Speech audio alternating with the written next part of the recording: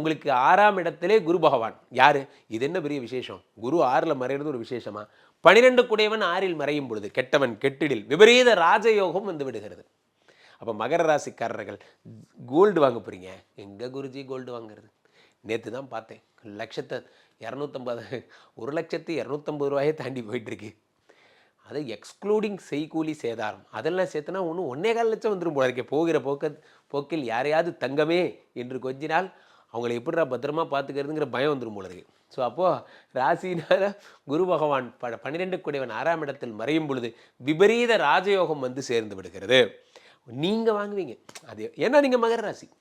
ஊரே கஷ்டப்படுவாங்க, ஆனால் நீங்கள் வாங்குவீங்க. உங்களுக்கு மட்டும் போனஸ் வரும், அரியர் வரும், பழைய பணம் பெண்டிங் வரும், கடன்காரன் கொண்டு வந்து கடனை திருப்பி கொடுப்பார்.